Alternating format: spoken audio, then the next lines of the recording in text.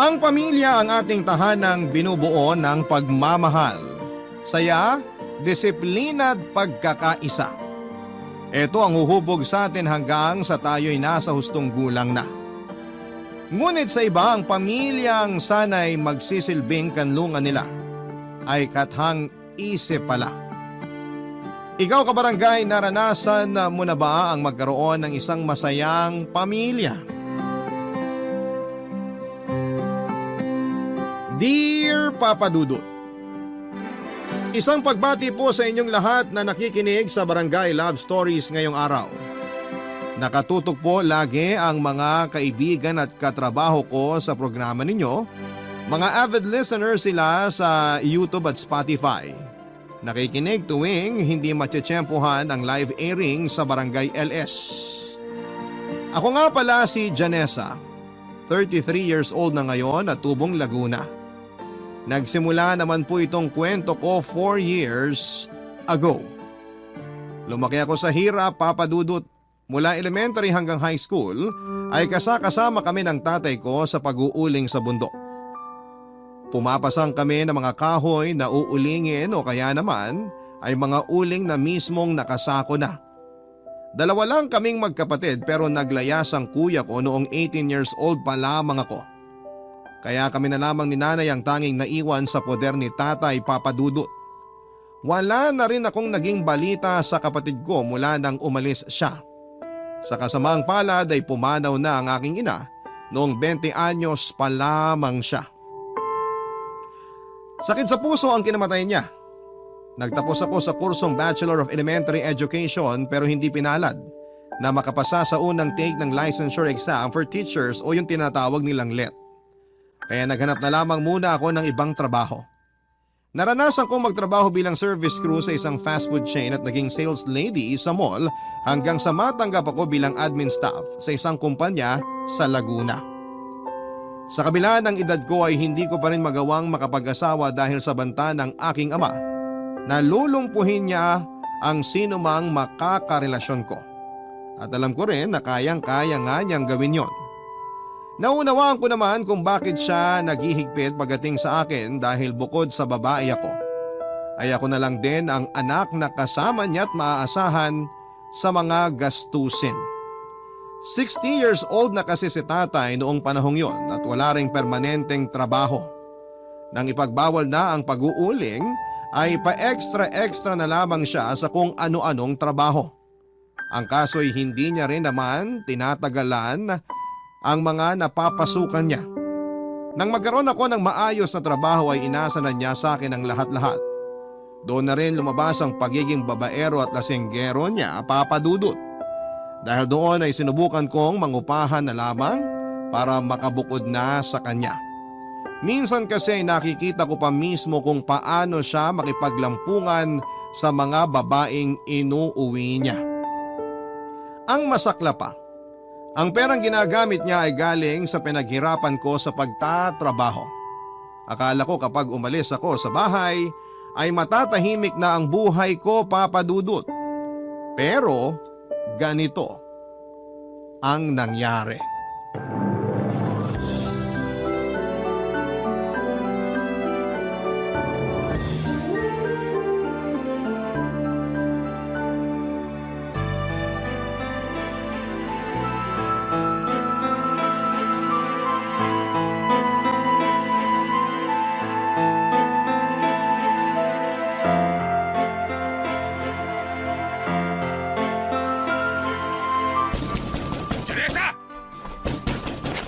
Lumabas ka dyan!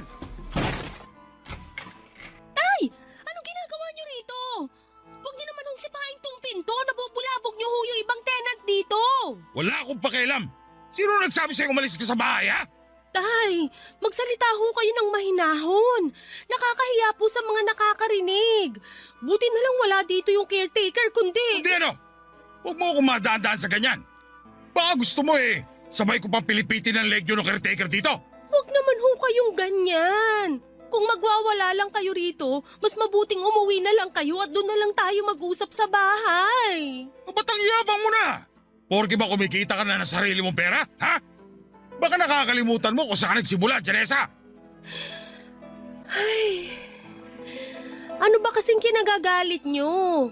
Di ba pabor din naman sa inyo nung umalis na ako sa atin? Wala nang makakaistorbo tuwing nag-uwi kayo ng babae ron. Wes, walang aalis sa pamamahay ko hanggat hindi ko sinasabi. Tay naman, hindi na ako bata. Paano ho ako magkakaroon ng sarili kong pamilya kung lagi na lang akong nakadikit sa inyo? Hindi mo kailangan ng sariling pamilya. Sa tingin mo ba may magkakagusto sa isang tulad mo? Pambahay ka lang. Pasalamat ka nga't may tumanggap sa'yo sa trabaho kahit mahina yung kokote mo. Ang sakit niya namang magsalita. Parang hindi ko kayo tatay ah. Gusto ko lang namang maranasang bumukod at mamuhay ng mag-isa. Aba nagdidesisyon ka na mag-isa? Hoy, baka nakakalimutan mo. Lahat ng desisyon mo, dadaan muna sa akin. Ako na lang ang magulang na meron ka. Kung wala ako, wala ka ngayon dyan sa kinatatayuan mo. Nagsikap din ho ako, tay.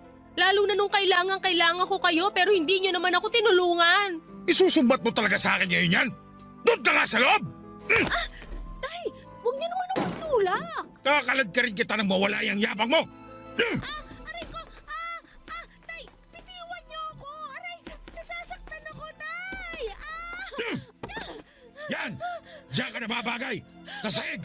Napakayabang mo anak lang naman kita! Hindi niyo naman ako kailangan saktan! Hindi ka masasaktan kung marunong ka sumunod. Kung sa tingin mo mas magaling ka na magdesisyon kaysa sa akin, Wes, tingin mo lang yon.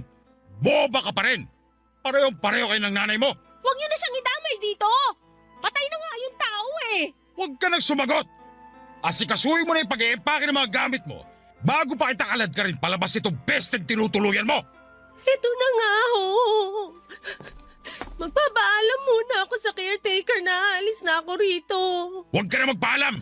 Bilisan mo na dyan para masimulan mo na akong asikasuhin sa bahay. Pero tay, hindi naman ho ako pwedeng basta-basta na lang umalis dito. Wisit!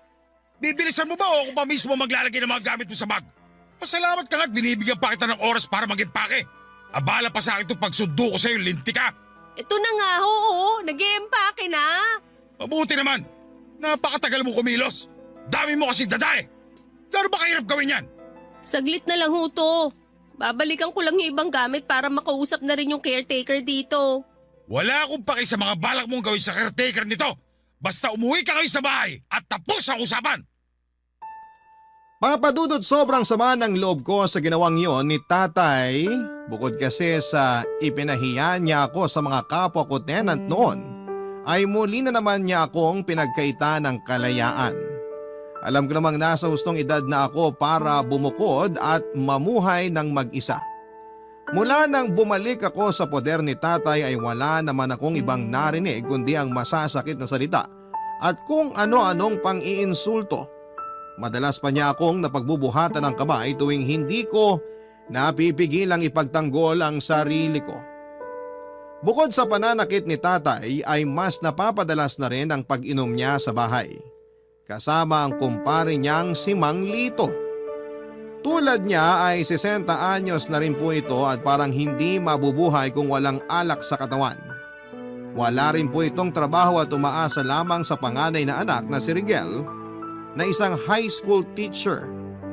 Tulad ko ay breadwinner din si Rigel. Mas matanda lang siya sa akin ng 2 taon.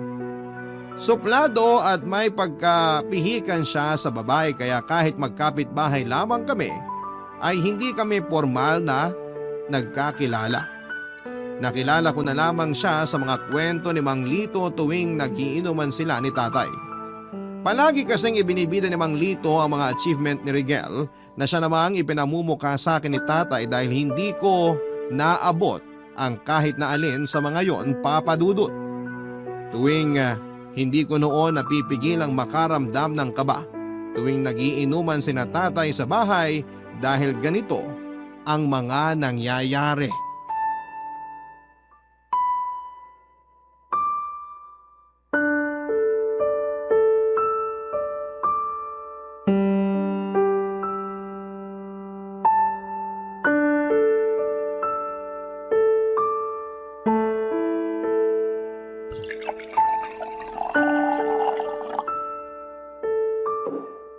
Ibang klase talaga tong lambarog dito sa atin.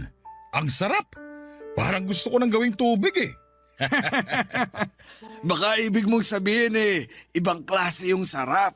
Parang yung mga babae dun sa napuntahan nating KTV nung nakaraan. Konting kandong lang pinanggigigilan mo na agad. Ikaw talaga pare. Pero tama ka dun. Kung nakita mo lang sana yung inuwi ko rito nung minsan, ang puti at ang kinis. Kung yun ang asawain ko, ni hindi ko patatapuan sa lamok. Aba, syempre, ako rin. Pero kung sa ganda't kinis lang din naman, di na ako lalayo. Bakit? May natitipuhan ka na ba ng taga rito sa atin? Meron pare, pero mukhang hindi pwede. Sus, anong di pwede? Hindi uso sa atin ang mga ganyang kaduwag pare. Hindi mo nauunawaan pare, pero hayaan na muna natin. Pasasaan ba't makukuha ko rin siya? O siya, bahala ka. Basta kapag nakuha mo na yung babaeng yan, sa akin mo una yung kwento ha. Teka, wala na pala tayong pulutan. Utusan ko muna si Janessa. Nako, baka natutulog na yung anak mo. Sus, hindi. Walang matutulog agad hindi tayo tapos mag-iinuman dito. Tingnan mo pare, parang asong susunod ka agad yun pag tinawag ko. Janessa! Janessa, halika nga rito! Pare, wag na. Hayaan mo nang magpahinga ang anak mo.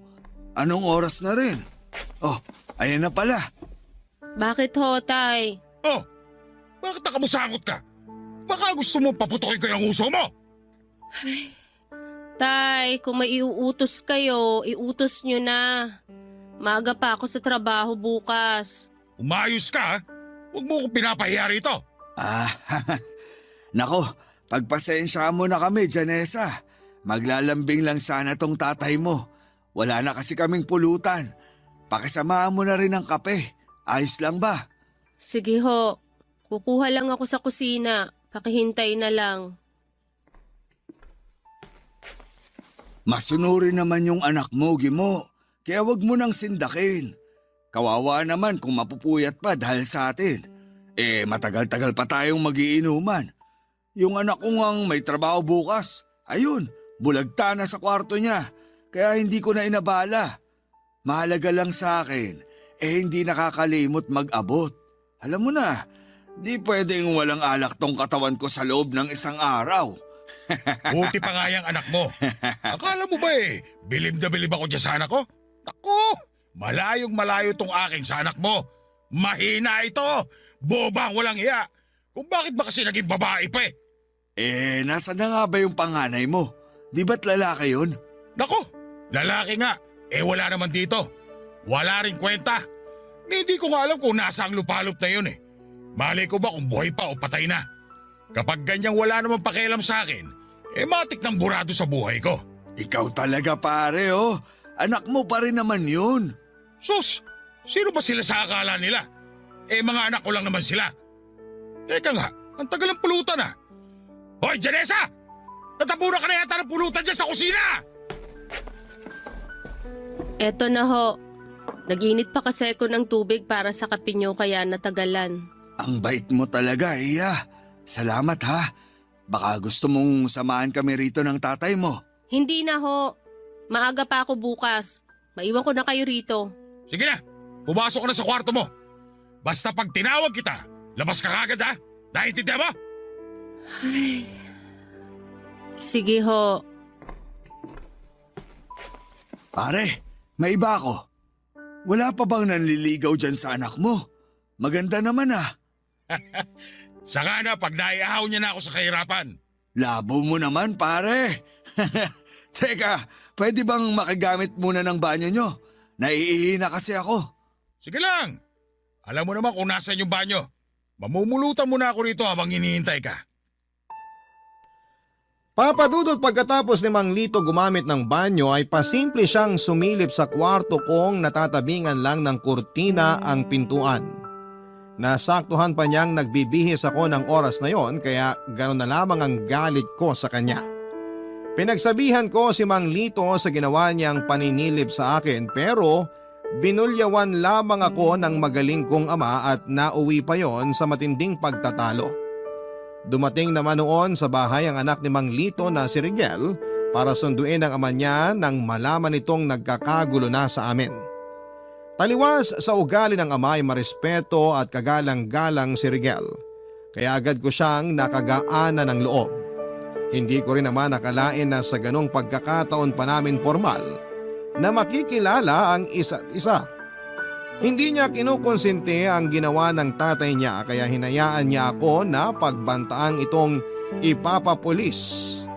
Sa susunod na gawin niya ulit ang bagay na yon. Pinagsabihan na rin niya ang ama at ipinamukha rito ang maling nagawa. Kaya naman tuwing nakikipag-inuman si Mang Lito kay tatay ay hindi na ito nagtatangkapang pumasok sa loob ng bahay namin. Doon na nga kami nagsimulang maging malapit ni Rigel sa isa't isa. Minsan ay nagkakasabay pa kami sa sakayan papasok sa trabaho at pag-uwi kaya nagkakaroon kami ng pagkakataong makapag-usap habang naglalakad. Makalipas naman ang ilang linggo ay tila nagkaroon ako ng pansamantalang kalayaan nang isama ni Mang Lito si tatay sa kabilang probinsya para magtrabaho. May ginagawa raw kasing pabahay doon at nangangailangan pa ng tao. Sa maikling panahon na wala si tatay ay tila ba gumaan ang buhay ko, Papa Dudut. Barangay Love Stories. Barangay Love Stories. Papadudot ng panahong wala si tatay ay napapadalas na nga ang pagdalaw ni Rigel sa akin sa bahay. Aminado naman ako noon na unti-unti ko na rin na-appreciate ang mga effort niya para lamang mapalapit sa akin. Hindi rin naman ako gaanong kainosente para hindi ko mapuna na hindi lang pakikipagkaibigan ang intensyon niya. Nag-offer pa nga si Rigel na i-tutor ko yung isa sa mga estudyante niya para may extra income daw ako kung sakali. Tinanggap ko yon dahil kaya ko namang magturo. Si tatay lang talaga ang walang believe sa akin, Papa Dudut. Lahat kasi ng gawin ko ay inuunahan niya kaagad ng pangiinsulto. Para sa tingin ng ibang tao ay siya pa rin ang mas magaling sa lahat ng bagay. At pakiramdam ko ng panahon na yon, kahit ano pa ang marating ko sa buhay ay baliwala lang kay tatay. Hindi naman nagtagal ay unti-unti na ring nagparamdam ng intensyong manligaw si Rigel. Nabawasan na noon ang pagiging suplado niya lalo na kung ako ang kasama niya. Ganon pa man ay tutol ako sa ideyang maging kami ni Rigel. Kahit gusto ko na rin naman siya dahil sigurado akong malalagot siya sa tatay ko. Hanggang sa tuluyan na nga siyang nagtapat ng tunay niyang nararamdaman para sa akin. Pero nang gabing yon ay siya rin namang pagdating ni tatay sa bahay. Matapos ang 6 na buwang pagtatrabaho sa kabilang probinsya kasama si Mang Lito. Pero ang mas kinagulat ko ay ang nakita kong kasama niya nung umuwi sa amin si Papa Dudut.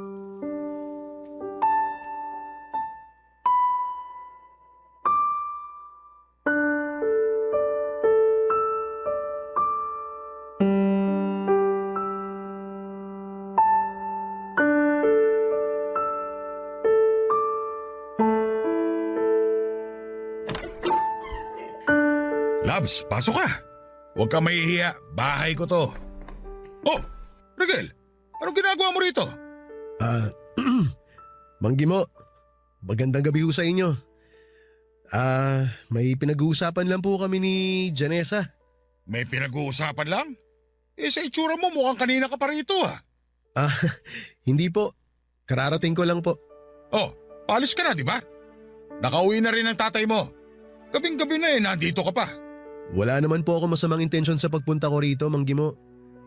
Pero tama ho kayo. Paalis na rin po ako. Janessa, uwi na ako ha. Manggi mo, salamat o. O siya, sige, uwi na.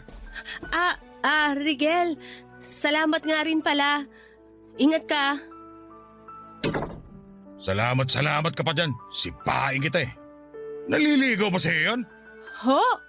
Naku, hindi ho. Pinag-usapan lang namin yung tututuran kong estudyante niya. Dagdag income din ho yun. Tay, sino nga ho pala yung kasama niyo? Nga pala Janessa. Si Rona, lalabs ko. Dito na siya titira sa atin kaya sikasuhin mo siya ha? Labs, si Janessa, anak ko. Ikaw pala yung anak ni Gimo? May trabaho ka ba? Janessa, Hindi mo man labas sasagutin tong tita mo? Tita, lakas naman maka-thunders. Ron na lang itawag mo sa akin. Okay. Feel at home na lang. Salamat. Pero hindi mo pa sinasagot yung tanong ko. Huwag mo namang sayangin ang laway ko ha. Mukhang matagal-tagal pa naman tayo magkakasama rito. Ay, anong tanong ba? Kung may trabaho ako? Oo naman. Bakit mo natanong? Wala lang. Gusto ko lang makasiguro. Kasi ayoko magutom dito. May sinasabi ka ba? Wala. Ang sabi ko, ang sipag-sipag mo naman pala. Mukha ring responsableng anak. Magkakasundo tayo. O siya, tama na muna ang kwentuhan nyo. Maganda ka na makakain namin, Janessa. Kanina pa kami gutom sa biyahe. True. Medyo mahapdi na nga tong sikmura ako eh. Ikaw naman kasi, Labs. Mani at popcorn lang ang binili mo sa bus kanina. Sus, ikaw naman. Huwag ka na magtampo. Wala rin namang ibang mabili kanina kundi yun lang. Eh teka, ano nga ba makakain dyan, Janessa? Yun nga ho ang problema, Tay. Hindi ho ako nakapagluto kasi mag-isa lang naman ako dito kanina. Sana ho nagsabi kayo na uuwi kayo ngayon para nakapaghanda ako ng... Bobo ka talaga, no?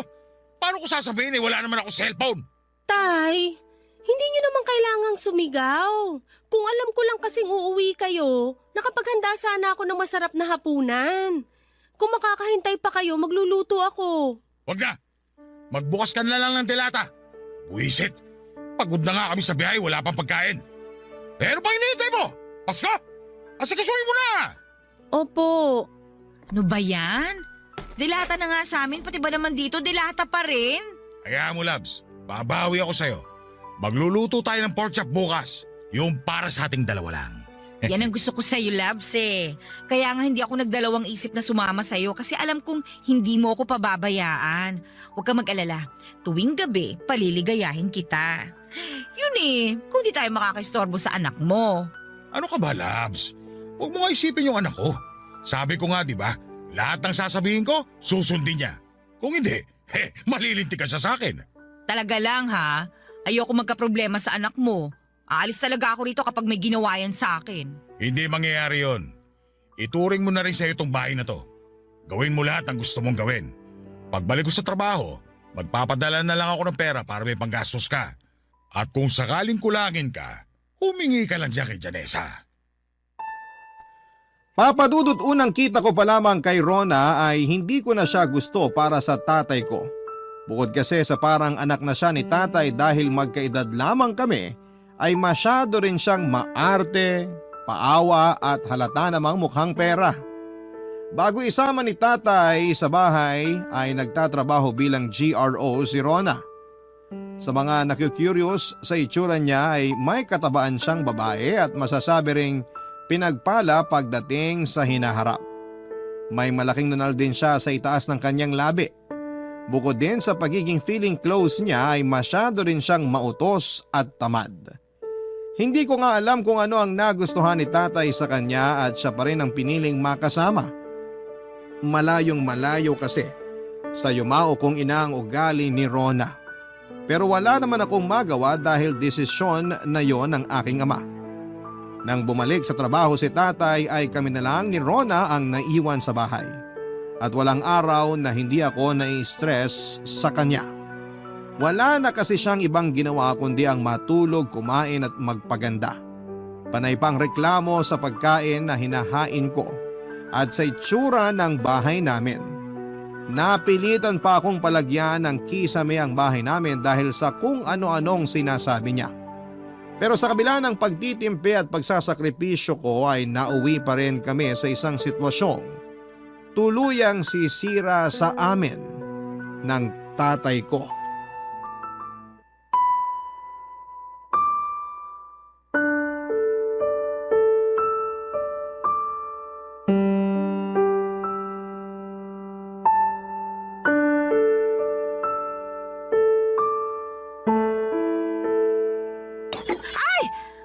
Ano na naman yan, Janessa? Buisit naman oh. Sa dinami-dami ba naman ang mababasag, yung pampaborito kong tasa? Hindi mo ko kailangan sigawan. Hindi ko naman sinasadya eh. Papalitan ko na lang. Ang sabihin mo, tanga ka lang talaga. Paghuhugas na nga lang ng mga pinagkainan, hindi mo pa magawa ng maayos? Eh kung kumikilos ka rin kaya dito sa bahay, di yung puro utos at reklamo ka dyan. Abat bastos ka! Asawa ko ng tatay mo kaya ayusin mo yung pananalita mo. Asawa? Di naman kayo kasal ah. Baka ibig mong sabihin, ibinahay. Alam mo, sa sama ng ugali mo, sobrang layo mo sa nanay ko. Baka mahiya ka na lang sa sipag nun. Di tulad mong magkakapigsa na lang sa maghapong kakaupo. Tumahimik ka ha? Kung mas gusto mo ang nanay mo, ay di magsama kayo sa sementeryo. Magkaroon ka naman sana ng hiya sa katawan, Rona. Wala ka nang ginagawa rito, panay reklamo ka pa. Pagod na ako pag-uwi galing trabaho tapos dadatnan ko pang makalat ang bahay. Tapos ano, ako pa rin ang magluluto at maghuhugas ng mga pinagkainan? At ngayon, nang dahil lang sa nabasag na tasa, iinsultuhin mo ako? Kung ayaw mong gawin, edi wag! Wala namang pumipilit sa'yo. Ang bilin sa akin ng tatay mo, gawin ko kung ano ang gusto ko. O, angal ka? Doon ka sa kanya magreklamo. Nangatwirang ka pa sa katamaran mo? Ha? Ano pa nga bang aasahan ko sa isang prosti na katulad mo? Anong sinabi mo? Narinig mo naman, di ba? Hindi mo ba matanggap? Magaling ka lang bumuka ka at yun lang ang alam mong gawin. Pag na-real talk, magsusumbong para magpakampi. Ibang klase. Ang kapal talaga ng mukha mo. My loves, nandito na ako. Lalapang mo talaga. Ano nangyari dito? Ay, ikaw ang bumitaw. Teresa, itiwan mo nga si Rona. Tay, bakit ako tinulak nyo? Eh siya yung unang nanugod. Hindi ba't sinabihan na kita? Wala kang gagawin kay Rona. Talagang hindi ka makatiis na hindi labas ang sungay mo, no? Talaga, Tay? Mas kakampihan nyo yung babaeng yan na walang ibang ginawa kundi magbuhay Reyna dito sa bahay? Hindi ko na kailangan pangalamin kung sino na nagsimula. Dahil kilala ko na yung ugali mo. Wala kang moto. Pati ba naman si Rona paandaran mo ng kamalditahan mo? Pwede ba, Tay? Kahit ngayon lang, maging patas ka naman.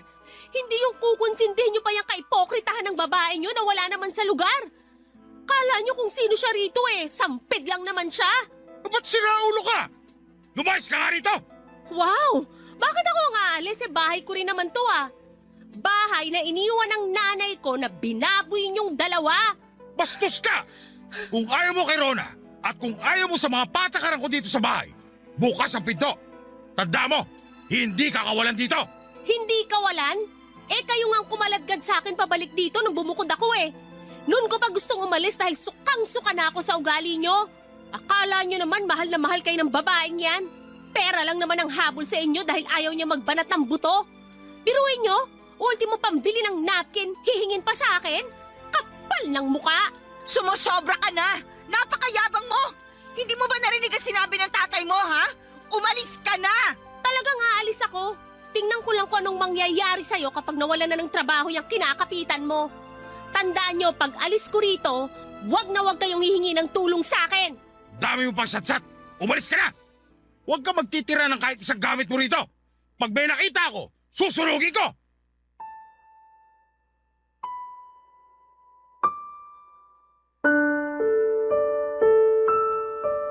Papadudot na puno ako ng galit noong palayasin ako ni tatay na parang ligaw na pusa sa bahay na ipinundar ng nanay ko. Halos hindi ko matanggap na matapos lahat ng sakripisyo ko para sa bahay na yon, ay mababaliwala lang dahil sa isang babaeng pakawala tulad ni Rona. Hindi ko alam kung saan ako pupunta ng gabing pinalayas ako ni tatay. Halos wala na rin kasi akong kapera-pera noon dahil sa dami ng mga gastusin sa bahay mula nang tumira si Rona sa amin. Mabuti na lamang at nagmagandang loob si Rigel na doon muna ako pansamantalang makituloy sa kanila kahit noong gabing yun lamang. Siya pa mismo ang pumilit sa akin na doon na muna ako sa kanila habang naghahanap pa ako ng mauupahan. Pero pangalawang araw ko pa lamang sa kanila ay napilitan na agad akong umalis. Akala ko kasi noon ay nagbago na talaga ang tatay niyang si Mang Lito. Pero nahuli ko siyang sinisilipan ako habang nagbibihes sa kwartong ipinagamit ni Rigel sa akin. At dahil matagal-tagal pa bago ang sweldo namin, ay pinautang muna ako ni Rigel ng pangrenta. Lumipas ang mga buwan. Nawala akong komunikasyon kay Tatay Papadudot hanggang sa umabot na nga ng taon. Makalipas ng 4 na taon ay nagpasya na kaming magsama ni Rigel. Nung una ay masaya kami kasi kasundo namin ang isa't isa. Pero Papa Dudut, hindi ko po akalain na darating din pala ang pagkakataon na bigla na lang magbabago ang lahat. Na biglang manlalamig na lamang siya sa akin. Barangay Love Stories. Barangay Love Stories. Papa Dudut, sinubukan ko namang kausapin si Rigel para malaman kung ano ang problema at bigla ang nagbago ang pakikitungo niya sa akin. Pero bigo akong makakuha ng sagot. Masakit yon para sa akin dahil hinihintay ko rin noon na ayain na niya akong magpakasal. Hanggang sa nalaman ko na kaya pala nagkakaganon si Rigel ay dahil madalas na niyang gustong magkaroon ng anak. Ilang beses na kaming sumubok pero bigo kami, Papa Dudut. Nakadagdag pa sa pagkadismaya ni Rigel na 2 beses na akong nakunan. Nang magpatingin ako sa doktor ay doon ko lang nalaman ang tungkol sa polycystic ovarian syndrome ko o yung tinatawag po nilang PCOS na siyang dahilan kung bakit hirap akong magbuntis. Sinusunod ko rin naman ang mga payo ng doktor. Pumasok na lang sa isipan ko na baka hindi para sa akin ang magluwal ng bata. Kasi lahat ng effort namin ay nababaliwala lang. Hindi ko na alam kung papaano ko pa mabibigyan si Rigel ng anak.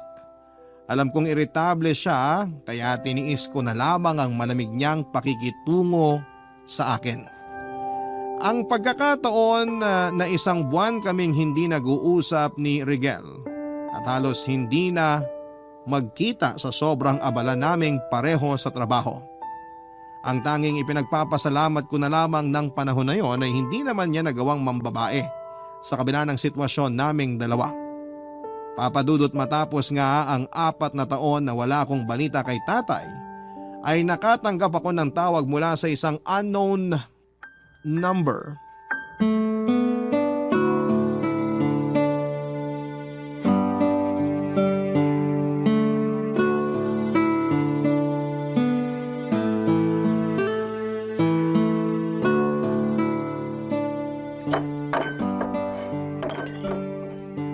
Mahal, nakahanda na ang hapunan. Kain na tayo. Mauna ka na. May tinatapos pa akong exam para sa mga bata. Tsaka meron pa ako i-check ng mga activity mamaya. Hindi ba pwedeng kumain ka muna? Sandali lang naman to. Gugutumin ka sa pagtatrabaho. Janessa, please naman. Kung nagugutom ka na, di kumain ka. Dapat ba lagi tayong sabay? Di ka ba makakain mag-isa? Ang dami ko pang kailangan tapusin. Kaya pwede ba huwag ka nang dumagdag sa stress ko? Ay. O sige. Hindi na muna kita aabalahin. Basta kapag nagutom ka, nandito lang yung mga pagkain ha. Sabihan mo na lang ako kung gusto mong ipainit. Ay, salamat. Ay.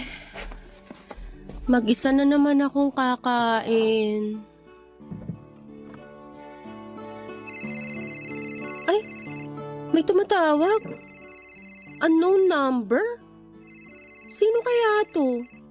Sagutin ko nga. Hello? Sino po to? Si Janessa ba to? Si Janessa nga to. Kung ikaw nga si Janessa, wag mong munang ibababa ah. Ako to, si Rona. Ay, kala ko naman kung sinong importante. Anong kailangan mo? Tsaka paano mo nakuha tong number ko? Eh di sa boyfriend mo, hiningi ko sa kanya na manggaling siya dito last week. Ha? Ano ka mo? Nanggaling siya dyan last week? Oo, binisita yung tatay niya. Ganun ba? Eh, bakit ka napatawag? Eh kasi yung tatay mo, nasa ospital. Kung may pakialam ka pa sa kanya, umuwi ka at puntahan mo siya. Sige na, may gagawin pa ako. Ano kaya nangyari? Paano na-hospital si tatay? Abnormal din yung Rona, di ba sinabi ko sa ospital? Wala talagang kwenta. Ay, mahal, Oh, bumisita ka pala sa tatay mo last week? Parang di mo yata nabanggit sa akin. kailangan ba? Sumaglit lang naman ako ron. Pero sana sinabi mo pa rin. Bakit pa? Sigurado naman di ka rin sasama. Ayaw mo makita si Ron at saka yung tatay mo, di ba? Tsaka sigurado ako na ayaw mo rin naman makita yung tatay ko. Alam mo naman kung bakit, di ba? Alam mo kung anong ginawa sa akin ng tatay mo kaya gusto kong dumistansya sa kanya. Ang tagal na nun, Janessa. 4 na taon na ang lumipas. Isa pa, tatay ko pa rin siya. Kaya magkikita at magkikita kayo kung sakali. Talaga ba, Rigel? Gaganyanin mo ako ngayon? Ipapaalala ko lang sa'yo na ikaw mismo ang nagsabi sa akin na lumayo sa kanya. At kahit 10 taon pa ang lumipas, hindi ko yun magagawang kalimutan. Sa tingin mo ba okay lang sa pakiramdam ko na pinagnanasaan ako ng tatay mo? Bawat pagtitig niya sa akin para niya akong hinuhubaran. Hindi ko naman sinasabing kalimutan mo na yung nangyari. Ang sa akin lang, matuto ka namang magpatawad. Nagbago na yung tao. Bigyan mo naman siya ng pagkakataon. Pati yung tatay mo. Alam kong di pa rin kayo okay ng tatay mo. Pero ayan na nga oh. Nalaman mong nasa ospital siya. Hahayaan mo na lang ba na ganon? Alam mo namang walang ibang aasahan yun. Ang dali naman para sa'yo na sabihin yan. Hindi mo kasi alam yung pakiramdam na never ka naging sapat sa tatay mo at wala ka nang ginawang tama. Halos itakwil na nga niya ako eh. Buti ka pa nga. Kahit ganun ang tatay mo, nagawa ka pa rin niyang mahalin bilang anak. Eh ako, ni minsan hindi yun pinaramdam ng tatay ko. Anak niya lang ako kapag may kailangan siya. Alam ko lahat ng pinagdadaanan mo. Ang sa akin lang, huwag ka magpalamon sa galit na nararamdaman mo para sa tatay mo. Sige, susubukan ko. Kung yan ang gusto mo. Pupuntahan ko siya pero pwede bang samahan mo ko?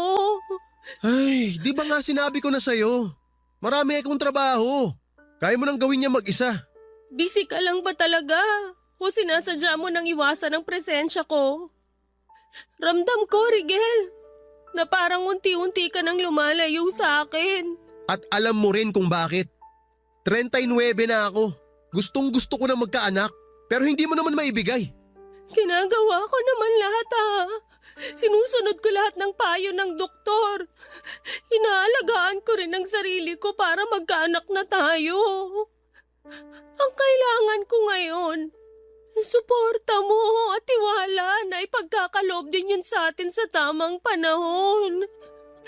Bakit parang ang hirap-hirap para sa'yo na gawin yun? Sa totoo lang, ayoko nang umasa.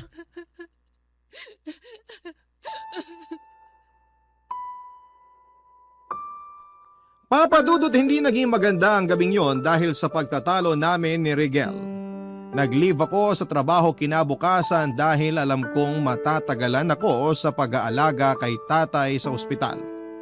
Doon ko lang din kasi nalaman ng araw na tumawag sa akin si Rona. Ay siya ring alis nito para iwanan ang tatay ko.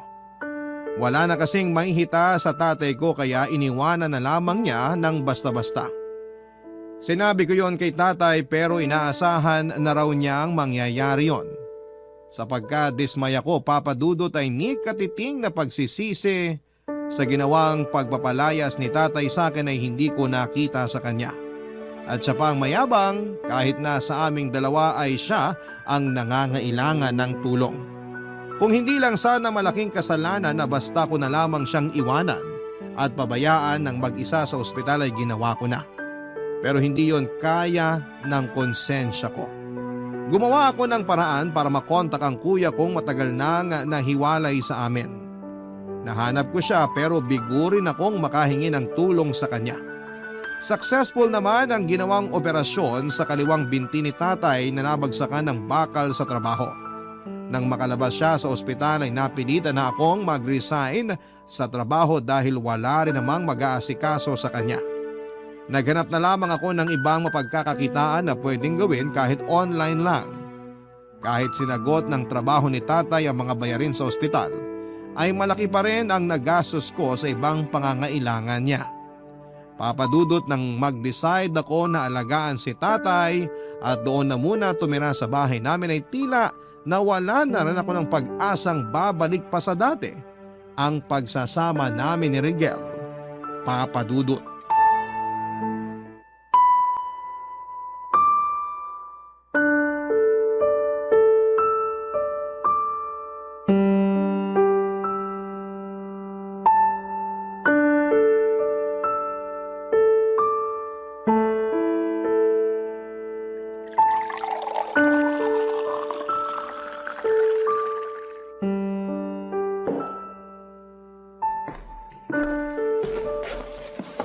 Tay, inumin nyo na muna itong mga gamot nyo para makatulog na rin kayo maya-maya. Eto na rin yung tubig nyo. Dami naman yan. Di ba pwedeng isang gamot lang? Baka imbis na gumaling ako mas mapadali ang buhay ko niyan. Paano kayo gagaling kung di nyo iinumin lahat yan? Nireseta yan ng doktor kaya wag nang matigas ang ulo nyo. Huwag mo nga ako pinagsasabihan. Hindi porke ikaw nagbantay sa akin sa ospital, pakikinggan na kita sa lahat ng sasabihin mo. Iinumin ko lang kung alin dyan ang gusto kong inumin. Tay, pwede ho bang makinig na lang muna kayo? Kailangan nyo pa rin tong mga gamot na to. Ay, siya, akin na. May tao. Tingnan mo nga kung sino yon. Eto na po, bubuksan ko na yung pinto. Rona? Anong ginagawa mo rito? Si Rona ba yan? Abay, papasukin mo. Oh, narinig mo bang sinabi ng tatay mo? Papasukin daw ako. Tabi dyan! Aray! My loves! Labs, Bastos na to! bakit kayo ka lang bumalik? Teka, halika nga rito. Pakiyakap nga. Pasensya ka na. Hindi pa ako nakakatayo Naku, kawawa naman ng lalabs ko. Buti na lang talaga nakauwi ka na. Namiss kita ng sobra. Ikaw talaga. Nakakatampo ka. Hindi mo man lang ako dinalaw sa ospital nung nandun pa ako. Ngayon talaga kayo maglalampungan sa harap ko? At ikaw, Rona, anong ginagawa mo rito? Hoy, Janessa, ano ba? Hayaan niyo ako magsalita, tay. Karapatan ko to. Ang kapal kasi ng mukha ng babaeng yan Hoy! Huwag mo nga ako mapagtaas-taasan ng boses ha? Bakit hindi pwede? Iniwan mo nga lang si tatay nung na-ospital kasi ayaw mo mag-alaga Tapos ngayon babalik ka para maging palamunin uli? Sa bagay, alam mo na kasing nandito ako at meron na uling gagastos para sa inyo. Tumahimik ka na, Janessa. Ikaw ang manahimik, tay. Abusado ka ng matanda ka. Iniwan ka na nga ng babaeng yan nung wala kang silbi sa kanya tapos ngayon siya pa rin ang kakampihan mo? Makapagsalita ka dyan Iniwan mo rin naman ang tatay mo Sino ba nag-asikaso sa kanya nung wala ka? Di ba ako? Parang wala ko naiambag dito Natural lang na asikasuhin mo siya. Siya bumubuhay sa'yo Huwag kang feeling bayani sa ginawa mo, Rona. Dahil kahit bali-baliktarin mo pa ang mundo, palamunin ka lang dito. Napakayabang mo talaga! At least ako, kaya kong ipagyabang na sa kabila ng mga ginawa niyo sa akin, pinili ko pa rin maging mabuting anak. Kayo ba? Anong may pagmamalaki nyo? Yang pride nyo? Pwes, kainin nyo ngayon yung mga pride nyo na yan. Hoy, Janessa, tama na! Kayo ang tama na. Simula ngayon, wala na kayong aasahang tulong sa akin. Magbanat kayo ng buto at matuturing magsakripisyo. Hindi yung puro kayo pasarap sa buhay. Pag alis ko sa bahay na to, wag niyo akong kokontakin Sawang-sawa na ako sa inyo. Wala na akong pakialam kahit mamuti pa mga mata niyo sa gutom. Papa Dudut, sa huli ay mas pinili pa rin ni tatay si Rona. Hindi niya ako pinigilang umalis. Wala kaming inikan hanggang sa makaalis ako ng tuluyan. Ngunit sa kabila ng mga nangyari ay hindi ko naman pinagsisihan na tinulungan ko siya noong iniwan siya ni Rona.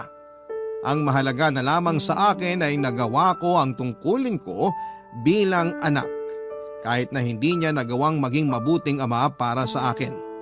Bumalik ako sa tinitirhan namin ni Rigel at sinubukang ayusin ang relasyon naming dalawa, pero huli na talaga. Para akong pinagsakloban ng langit at lupa, Papa Dudut, ng tuluyan na ngang nakipaghiwalay sa akin si Rigel. Masakit yon dahil nasira lang ang pinagsamahan namin sa pagkabigo kong mabigyan siya ng anak. Pero hindi na rin ako noon naghabol sa kanya. Naghanap na lamang ako ng trabaho at doon ay tinuon ang atensyon ko. Sa pagkakataong yon ay tila nagkaroon din naman ng magandang kapalit ang mga malulungkot na pangyayari sa buhay ko. Na-promote kasi ako sa trabaho at dahil wala naman akong binubuhay ay mabilis akong nakaipon. Nagawa ko na rin makapag-travel sa mga bansang noon ay pinapangarap ko lang na mapuntahan. At isa na nga roon ang Scotland na naging malapit na rin sa puso nang makilala ko roon ng lalaking nagpasaya at pumawi sa masasakit kong mga pinagdaanan.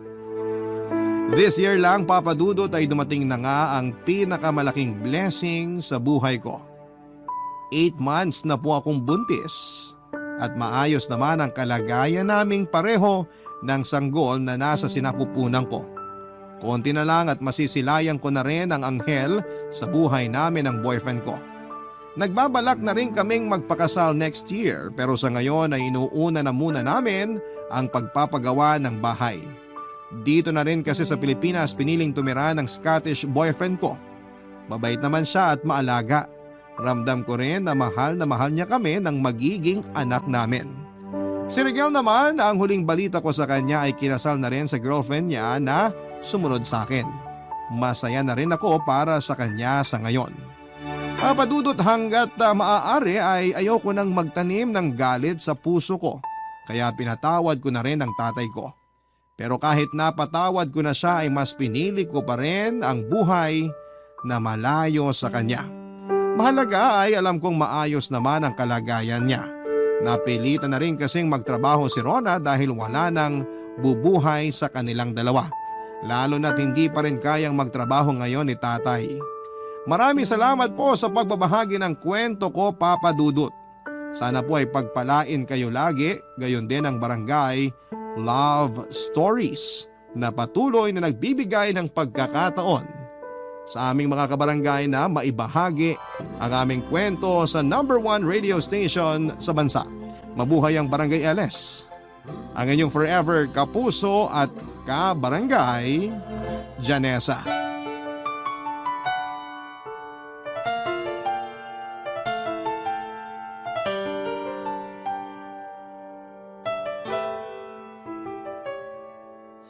Ang buhay ay mahiwaga, laging may lungkot at saya. Sa Papa Dudut Stories, laging may karamay ka.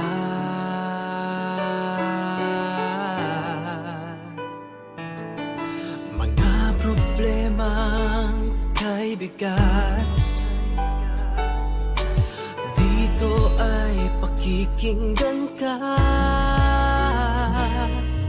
Sa Papa Dudut Stories, kami ay iyong kasama. Dito sa Papa Dudut Stories, ikaw ay hindi nag-iisa.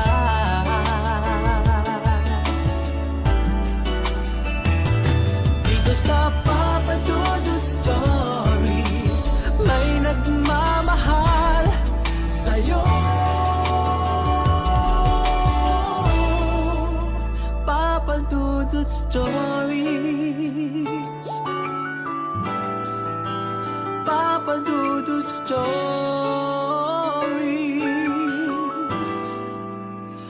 Papa Dudut Stories. May mga tao na sadyang marupok ang puso at kayang magmahal ng taong hindi pa niya lubusang kilala. Minsan sila yung mga tao na kulang sa atensyon at pagmamahal mula sa kanilang pamilya. Ikaw, kabarangay, mamahalin mo ba ang taong hindi mo pa nakikita sa personal? Dear Papa Dudut, magandang tanghali po sa inyo at sa mga kabarangay nating nakikinig ngayon. Tawagin niyo na lamang po ako sa palayaw kong E-Boy. 36 years old at nagtatrabaho bilang IT specialist sa isang kumpanya sa Mandaluyong.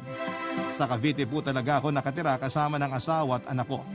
Pero araw-araw akong bumabiyahe papunta sa opisina namin. 2 p.m. ang shift ko kaya bago mag-alas 12 ay nasa biyahe na ako papunta sa trabaho.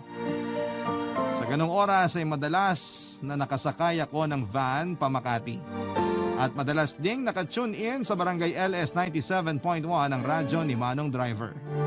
Doon ko talaga na-discover ang inyong programa na Barangay Love Stories. Hanggang sa heto nga at naisipan ko na rin magpadala ng sulat sa inyo. Papadudot ang kwentong ibabahagi ko sa inyo at sa ating mga kabarangay ay nangyari noong nasa kolehiyo pa lamang ako, year 2006. Mga panahon na hindi pa gaanong uso ang social media at may ibang website kaming ginagamit para magkaroon ng mga online friend.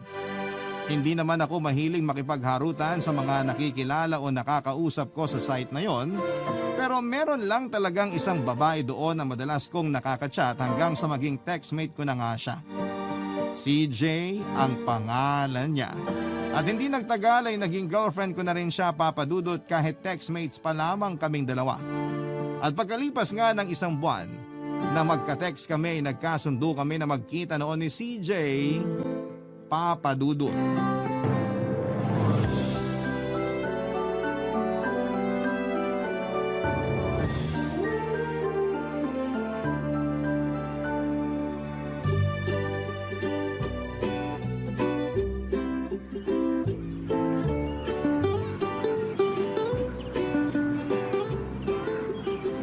Nasaan na kaya si CJ? Ang sabi niya malapit na raw siya dito sa park. I-text ko nga ulit. Hi CJ, where na you? Dito na mi sa park. Naka-red t-shirt ako at maong na pantalon. Ay, kinakabahan na ako. Sana hindi siya ma-turn off sa itsura ko.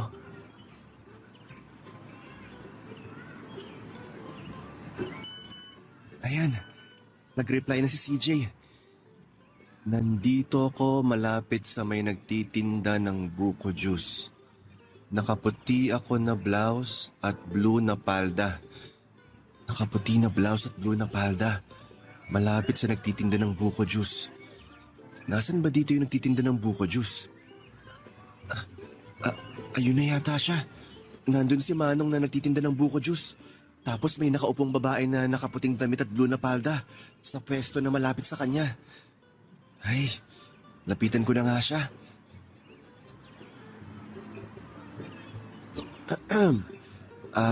Hi CJ. E-boy? Ikaw si E-boy? Oo, ako nga. Ako si E-boy na naka-red na t-shirt at maong na pantalon. Ikaw si CJ, di ba?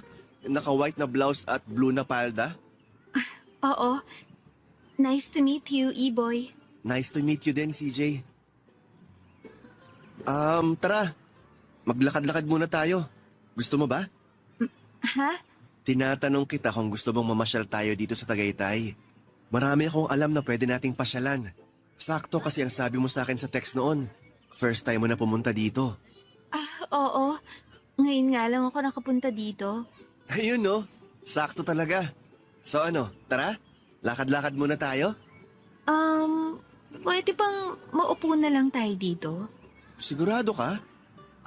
Oo. Bakit? Wala naman. Ang sabi mo kasi nung isang araw sa text, excited ka na mamasyal dito sa Tagaytay. Kaya nga ang sabi ko, akong bahala sa'yo kasi kabisado ko ng lugar na to. Ano kasi, napagod kasi ako sa biyahe namin ni Daddy papunta dito sa Cavite. Okay lang ba kung maupo na lang muna tayo? Mamaya na lang tayo mamasyal kasi wala rin ako sa mood maglakad-lakad. Oo naman. Okay lang sa akin. Upo na tayo. Sige. Ay, para sa'yo nga pala. Ang ganda naman ito, E-boy. Thank you dito sa 3 red roses na binigay mo. Wala yun. Promise ko kasi yan sa'yo. Nabibigyan kita ng 3 red roses sa first date nating dalawa. Sorry, medyo na-deform na. Kasi siniksik ko lang yan dito sa may likuran ko para maitago ko sa'yo. Okay lang, kasi ang ganda pa rin naman nila. Daddy mo palang naghatid sa'yo dito? Oo, ang sabi ko sa kanya balikan niya na lang ako after lunch. Sakto, kasi may pupuntahan din daw siya na dati niyang katrabaho. Nakatira lang din dyan sa malapit. Alam niya ba na boyfriend mo ang imi-meet mo dito sa Tagaytay? Boyfriend? Oo. Di ba boyfriend mo na ako? Sinagot mo na ako nung nakaraang buwan sa text. Oo nga pala. Hindi niya alam na may boyfriend ako eh, pero alam niya na online friend ko ang imimit ko ngayon. Ayos lang sa kanya yon? Oo naman. May tiwala naman sa akin ng daddy ko. I see. Okay. Tahimik ka pala sa personal, no? Medyo. Sorry ha. Nahihiya pa kasi talaga ako sa'yo eh. Okay lang. Hindi mo kailangan mag-sorry. Gusto mo kumain muna tayo? Ayos lang naman. Tara. May alam ako na masarap na kainan ng lomi. Diyan lang sa malapit. Okay, sige. Papa Dudut, hindi ko inaasahan na ganon kaganda si CJ sa personal. Maliit lang siyang babae, pitit, maputi, chinita at makintab ang hanggang balikat niyang buhok. Para siyang artistahin talaga sa paningin ko sa sobrang ganda niya. Hindi pa rin kasi uso noon ang pagpapadala ng picture sa website kung saan ko siya unang nakachat. At dahil hindi rin ganon ka-high-tech ang cellphone na gamit namin ay wala ring option para makita namin ang itsura ng isa't isa bago ang aming first date. Yun talaga ang nakaka-excite at nakakakaba na parte. Yung wala kaming ideya sa 100% na itsura ng bawat isa. Medyo nanibago nga rin ako noon sa kanya kasi kapag magka-text kami, makulit at makwento talaga si CJ.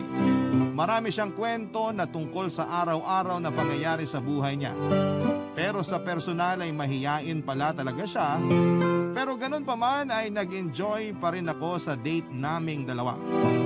Bunso nga pala ako sa 3 magkakapatid at sa totoo lang, hindi kami close ng mga kapatid ko kasi malayo ang agwat ng edad ko sa kanilang dalawa. Magkadikit lang halos ang edad ng panganay na si kuya sa ate ko. Samantalang ako ay halos 10 taon na mas bata kesa kay ate. Ang alam ko nga ay wala ng plano sina mommy at daddy na magkaroon ng anak noon. Kumbaga ipahabol na lang talaga ako kaya malayo ang naging agwat ng edad ko sa mga kapatid ko. Silang dalawa lang talaga ang close at palagi akong walang kausap sa bahay namin. Pareho nagtatrabaho sina mommy at daddy sa isang private company at pareho rin silang madalas na wala sa bahay. Lumaki ako noon na ang yaya ko lamang ang madalas na nag-aasikaso sa akin. Wala akong kausap o kabanding sa loob ng bahay namin at saka pakiramdam ko noon ay wala ring halos pakialam ang mga magulang ko sa akin. Wala naman akong sama ng loob sa kanila, sadyang yun lang talaga ang pakiramdam ko.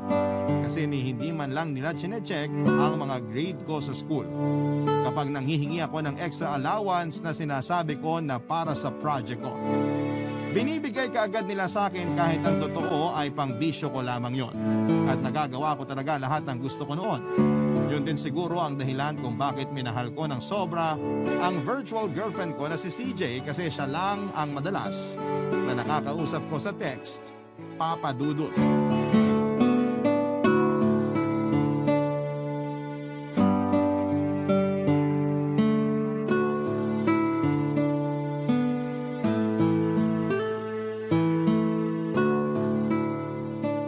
Hi CJ! Buti na sagot mo pa ang tawag ko. Oo. Maaga pa naman kaya hindi pa ako natutulog, E-boy. Sorry pala kung ngayon lang ako nakatawag. Ayos lang. Hindi mo kailangan mag-sorry. Nag-promise kasi ako sa'yo kaninang umaga na tatawagan kita ngayong gabi. Oo nga pala.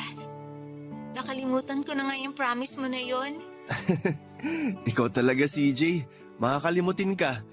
Basta ako, kapag nangako ako, gusto ko na tinutupad palagi.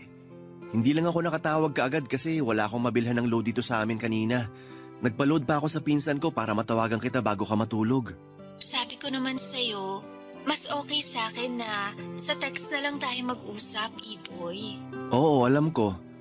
Actually, napansin ko rin na mas makulit ka kapag magka-text tayo kaysa magkatawagan. Pero syempre, gusto ko rin na marinig paminsan-minsan ang boses mo kasi namimiss na talaga kita. Ikaw talaga, napaka-drama mo. Uy, hindi ka dramahan yung sinabi ko ah. Totoo lahat yon kasi palagi talaga kitang namimiss.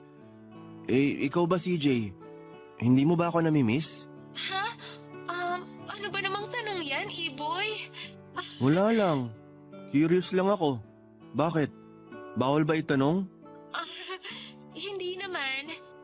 Para lang kasing masyado kang madrama ngayon. Lagi naman akong ganito kapag magka-text tayo. Palagi kong sinasabi sa'yo sa text na namimiss na kita. Ayun na nga, E-boy. Palagi mo na nga sinasabi sa akin yan sa text, tapos hanggang dito ba naman sa pag-uusap natin na to? Gusto ko lang sabihin kung ano yung nararamdaman ko ngayon. Alam mo naman na seryoso ako sa relasyon natin, di ba? Oo, alam ko. Ikaw ba, CJ? Seryoso ka rin naman sa akin, di ba? Alam mo, ang drama talaga ng mga tanong mo. Gusto ko lang na malaman ang sagot sa tanong ko. Kung pareho ba tayo ng nararamdaman para sa isa't isa? CJ, mahal mo ba ako? E-boy, Mahirap ba talagang sagutin ang tanong ko? okay, sige. Mahal kita, E-boy. At seryoso din ako sa relasyon nating dalawa. Talaga? Oo nga, ang kulit. Ayan, medyo napapanatag na ang loob ko. Bakit naman? Wala lang. Gusto ko lang kasi talaga na marinig mismo mula sa'yo na mahal mo rin ako. Palagi ko namang sinasabi yun sa mga text message ko sa'yo, di ba? Oo nga. Pero iba pa rin kapag narinig ko na sinabi mo yun. Mas nararamdaman ko yung sincerity. Mukha bang hindi sincere kapag nagsasabi ako ng I miss you o I love you sa mga text-text? Hindi naman sa ganon. Iba lang talaga kapag narinig ko yun mula sa boses mo. Mas kinikilig ako. Ay naku, E-boy. Napaka-corny mo talaga. Hindi ako corny. Sadyang mahal lang kita, CJ. I love you. I love you too. Papadudot, dahil may sarili akong computer sa loob ng kwarto ko ay marami akong nakakausap sa internet at mga online virtual friend. Pero si CJ talaga ang pinaka-espesyal sa puso ko. Kasi siya yung pinaka-makulit at talagang madalas kong kinikwentuhan sa chat ng mga isyu ko sa pamilya namin. Hanggang sa ibigay na nga niya sa akin ang number niya at sa text na kami mas madalas na magkausap. Gusto ko nga sana na palagi siyang tawagan, pero mas gusto niya raw na sa text na lamang kami mag-usap. Ayos lang naman sa akin yon dahil lang mahalaga, araw-araw at halos oras-oras kaming magka-text noon. Nang dahil kay CJ ay naramdaman ko na parang nabigyang bigla ng kulay ang buhay ko sa araw-araw noon. Ang text niya ang kauna-unahang gusto kong mabasa at makita sa umaga. Kahit na isang good morning at I love you lang mula sa kanya ay buo na kaagad ang araw ko. At kahit na ilang linggo pa lamang noon ang nakalipas, mula nang magkita kami ay nagkaroon na kaagad siya, Papadudot, ng malalim na parte sa buhay ko. Barangay Love Stories. Barangay Love Stories. Papadudot, na ulit ng isa pang beses ang pagkikita namin ni CJ at ganon pa rin siya sa personal. Sobrang mahiyain at tipid kong makipag-usap sa akin. Pero okay lang kasi alam ko na naninibago lang talaga siya. Kasi nga ang sabi niya ay first boyfriend niya raw ako. Isa pa ay masaya naman ako na kausap siya kahit sa text lang. Sobrang sweet at kulit niya kapag doon kami nagkakausap. Humihingi rin siya ng sorry sa akin kasi nga ay nag-iiba ang personality niya sa personal. Kasi hindi raw talaga siya sanay lumabas ng bahay at makipag-usap sa ibang tao. Sinasabi ko naman sa kanya na hindi naman ako ibang tao sa kanya dahil boyfriend na niya ako. Ang sabi naman niya ay babawi raw talaga siya sa mga susunod pang date naming dalawa. Nagpatuloy ang sweetness namin sa text at umabot yon ng ilang buwan. Hanggang sa isang araw ay hindi na nag-reply si CJ sa mga text ko o sumagot pa sa mga tawag ko. Hindi ko na rin makontak ang number niya kaya sobrang gulong-gulo ang isipan ko noon. At sobra rin akong nag-alala dahil baka may masamang nangyari sa kanya. Wala naman akong kahit na isang reply na natanggap mula sa kanya at hindi ko na rin makontak ang number niya. Sa loob ng 2 linggo ay nahirapan akong kumain at matulog sa kakaisip sa kalagayan ni CJ. Hanggang sa naalala ko na may isang beses na nakitext si CJ gamit ang number ng pinsan niya. Naisulat ko ang number na yon sa isang notebook ko at nang sinubukan ko yung tawagan, ay walang sumagot kahit na nagre-ring pa ang number na yon. Tinext ko ang number at nagpakilala ako na boyfriend ni CJ at hinahanap ko ang girlfriend ko. Pagkalipas nga ng ilang minuto ay nagring ang cellphone ko at ang number na yon ang tumatawag na kaagad kong sinagot. Boses babae at nagpakilala nga siya na pinsan ni CJ. Baka sa boses niya ang pagpipigil na maiyak. Bago niya sinabi sa akin na kailangan daw naming magkita dahil may kailangan akong malaman tungkol sa girlfriend ko, Papa Dudut.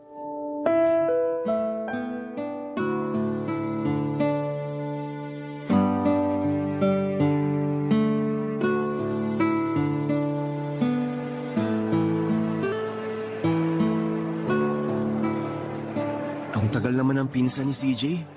Nasaan na ba yun?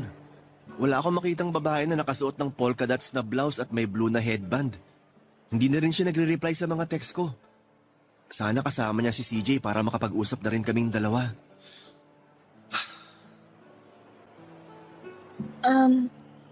Ikaw ba si Iboy? Ako nga. Naka-polka dots ka na blouse at may blue na headband. Ikaw bang pinsan ni CJ? Oo, ako si Dana. Sorry, hindi na ako nakatext kasi na-deadbat yung cellphone ko. Buti na lang natandaan ko yung huling text mo na naka-gray ka na t-shirt at black na cap. Okay lang, Dana. Hindi mo ba kasama si CJ?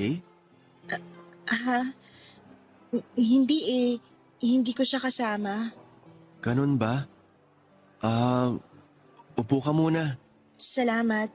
Medyo naligaw din ako kakahanap dito sa food court kasi first time ko dito sa mall na to. Sabi ko naman sa'yo, ako na lang ang pupunta dun sa malapit na mall sa inyo eh. May nabanggit kasi si CJ sa akin sa text noon na may mall daw na halos 10 minutes lang ang layo mula sa bahay nyo. Pwede naman akong bumiyahe papuntang Valenzuela para hindi ka na nahirapan na pumunta dito sa Cavite. Ayos lang, kasi sanay naman ako maligaw.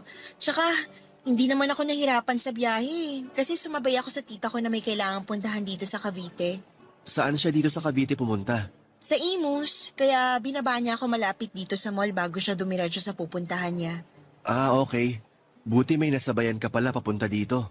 Oo nga, kasi medyo traffic din kanina, tsaka ang init dyan sa labas. Hindi naman summer pero ang taas ng sikat ng araw. Pakiramdam ko tuloy, lalong mangingitim ang balat ko kapag nagtagal ako maglakad dyan sa labas. Hindi ka naman masyadong maitim. Nako, kailangan mo na yata magsalamin ng mata, Iboy. Maayos pa naman ang grado ng mga mata ko.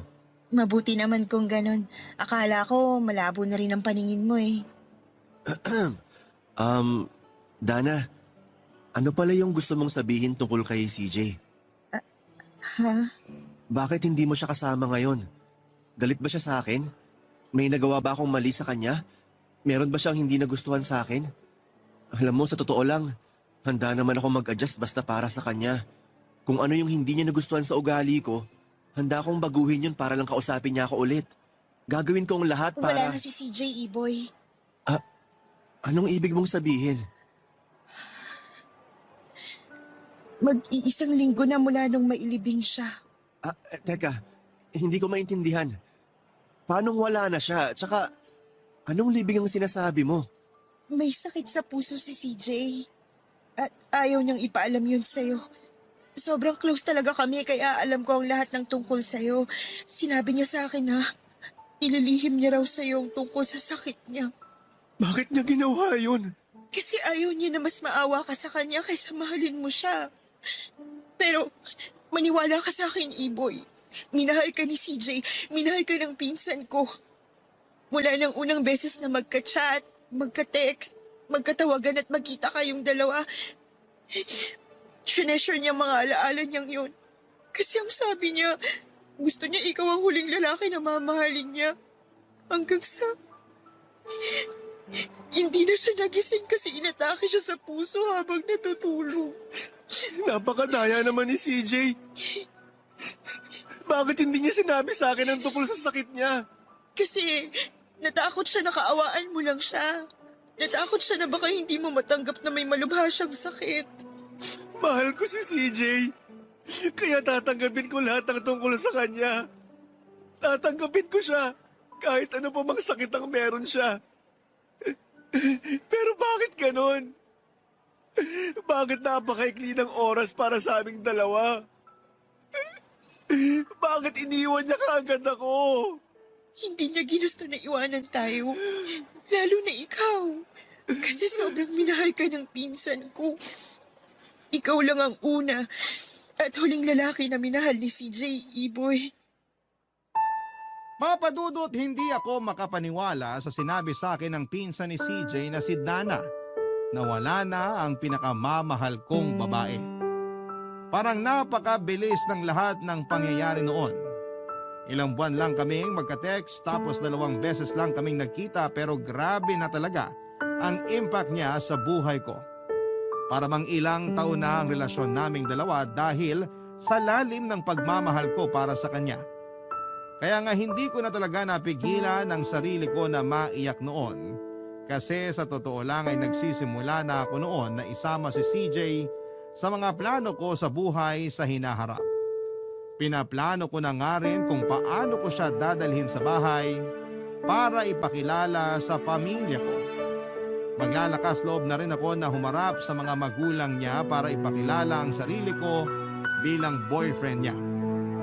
At magpapakatino na ako para maging maayos ang sarili ko at maipagmalaki ako ni CJ sa ibang tao. Napakarami ko ng plano sa relasyon naming dalawa, Papa Dudut. Mga plano na bigla na lamang naglaho dahil sa biglaang pagpanaw ng girlfriend ko, Papa Dudut.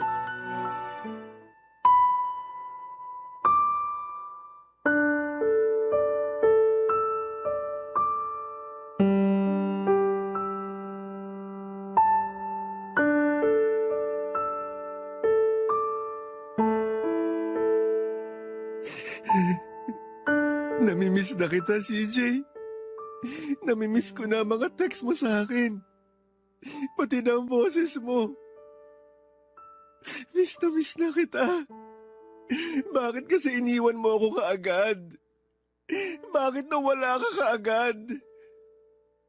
Napakadaya mo talaga. Ang daya-daya mo. Matatanggap ko naman kahit ano pang sakit mo eh. Sana hinayaan mo na lang ako. Nadamayan at samahan ka. Sana sinabi mo sa akin ang totoo. Sana masinulit ko pa ang bawat oras na magkasama tayong dalawa. Mahal kita, CJ. Marami pa tayong planong gawin, di ba? Paano na yung mga pangarap natin? Paano na ako ngayong wala ka na? CJ, mahal kita. Mahal na mahal kita. Hindi ko na alam kung paano ang buhay ko nang hindi ka kasama.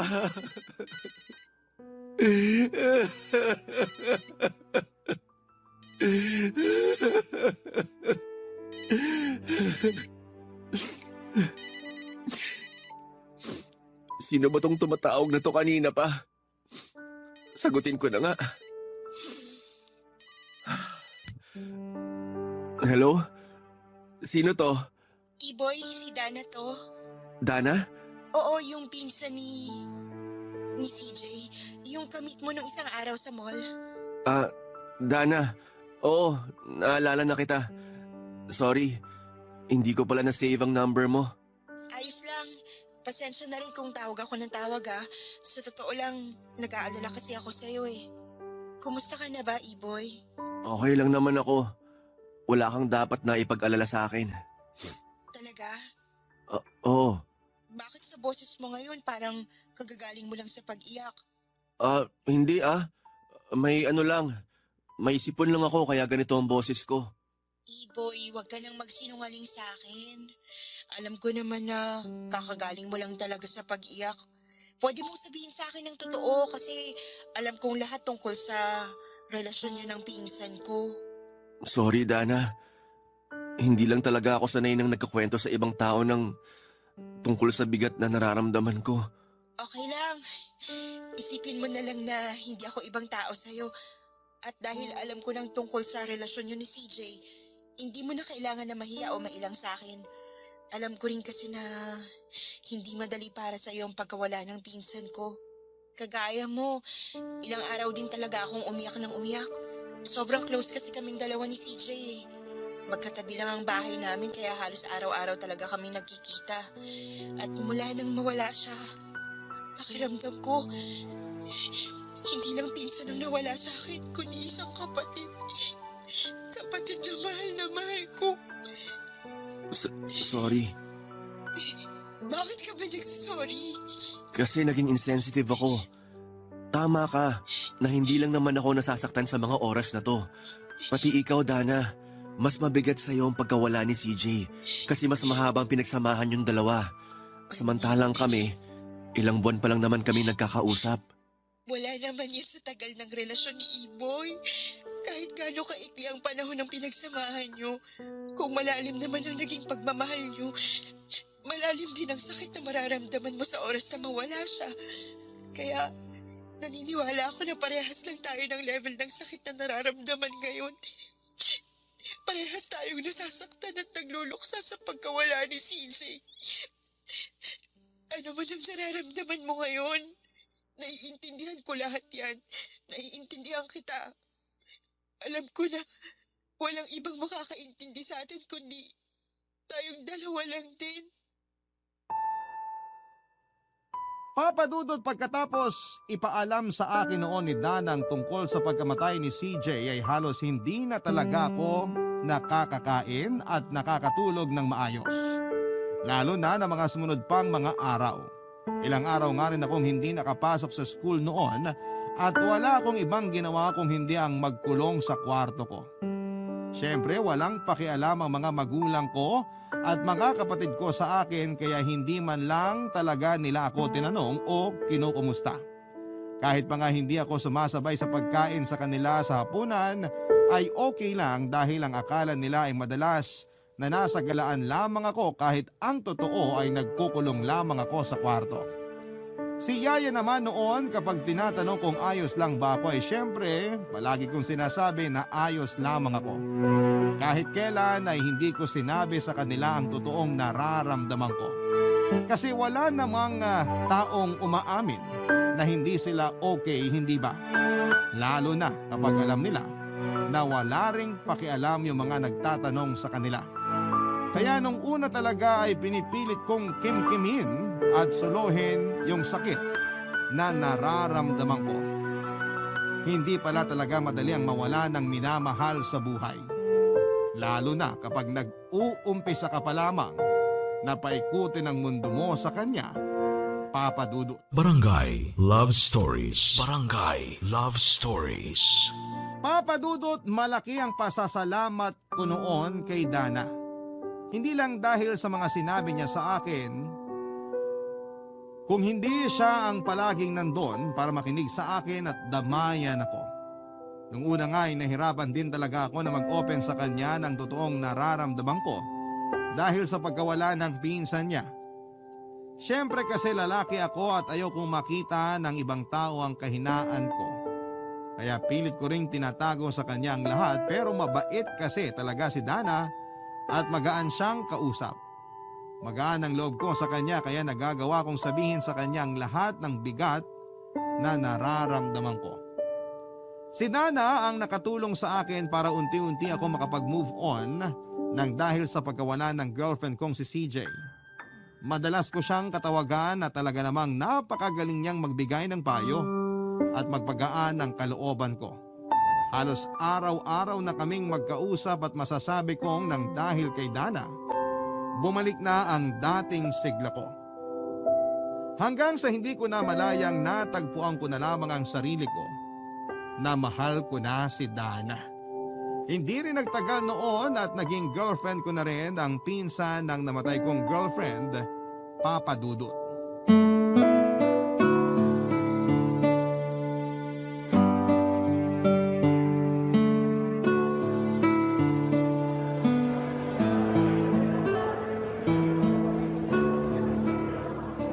Ay, grabe! Nakakapagod yung nilaro natin sa arcade, Iboy. Sobra. Pero ang saya at talagang nag-enjoy ako. Ako rin. Sobrang nag-enjoy ako kasi kasama kita. Ganon din ako. Ngayon nga lang ulit ako nakaramdam ng ganito kasaya. Kaya salamat ha. Salamat para saan? Salamat kasi naging dahilan ka ng pagngiti ko sa araw na to. Yun naman talaga ang goal ko kaya pumunta ako dito sa Cavite, Iboy. Gusto ko talaga na pagaanin ang loob mo. Masaya talaga ako kasi naramdaman ko na nag-enjoy ka kasama ako. Siyempre naman, nag-e-enjoy ako palagi nakausap ka. Lalo na ngayon nakasama kita. Pero alam mo, minsan nagigilty na ako kasi palagi ka nalang nag-e-effort para sa akin. Ikaw yung mas madalas na tumawag at mag-text sa ating dalawa. Kapag nauubusan ako ng load, pinapaloadan mo pa ako. Tapos ito, ikaw pa talagang pumunta ng Cavite para lang kitain ako. Nahihiya na tuloy ako sa'yo kasi hindi ko masabayan ang effort mo eh. Gusto ko naman yung ginagawa ko tsaka hindi naman natin kailangang magbilangan ng effort dito. Mula nung makilala kita, ang sabi ko sa sarili ko, palagi kitang pangingitiin. Alam mo, may aaminin pala ako, Dana. Ano yun? Natakot talaga ako nung una naligawan ka. Kasi baka hindi mo ako magustuhan. Bakit mo naman naisip yan? Siyempre kasi naging girlfriend ko yung pinsan mo. At ikaw yung madalas ko nakakausap kung paano ko nahirapan na makamove on mula sa kanya. Natakot ako na baka naaawa ka lang sa akin. Baka hindi naman talaga tayo pareho ng nararamdaman. Sige, sasabihin ko ng totoo. Akala ko rin nung una, hindi masyadong special ang nararamdaman ko para sa'yo. Akala ko, naaawa lang din ako sa'yo kasi nga, alam ko na sobra ka nasaktan dahil sa pagkawala ng pinsan ko. Pero, nang mas nakilala kita, alam ko sa sarili ko na gusto at mahal na kita, Iboy. Kaya nga sinagot kita kasi sigurado na ako sa nararamdaman ko para sa'yo. Thank you talaga, Dana. Mula na magkausap tayong dalawa, sobrang gaan na ng pakiramdam ko sa'yo. Yung feeling na para bang ang tagal na natin magkakilala kasi nasasabi ko sa'yo lahat ng problema ko. Hindi lang yung tukol sa pag-move on ko mula sa pagkawala ni CJ, kundi pati yung mga problema ko sa bahay namin. Sorry pala kung parang puro problema na lang ang kinukwento ko sa'yo ha. Ano ka ba? Ayos lang yun. Minsan nga, naiisip ko na kaya siguro tayo nagkakilala kasi kailangan mo ng isang kagaya ko. Yung makikinig ng mga rant mo sa buhay at tutulungan ka na ma-realize na hindi ka pinanganak na invisible sa mundong to. May purpose din ang existence mo, Iboy. At ang purpose nun, para mahalin din ako. Mas nagkaroon ng purpose ang buhay ko nang makilala kita. Dahil sa'yo, nararamdaman ko ng totoong nag-i-exist ako sa mundong to. Kasi nararamdaman ko na totoo ang pagmamahal mo sa akin. Nararamdaman ko na totoong tao ka na sinusuklian ng pagmamahal ko. Kaya thank you. Kasi dumating ka sa buhay ko.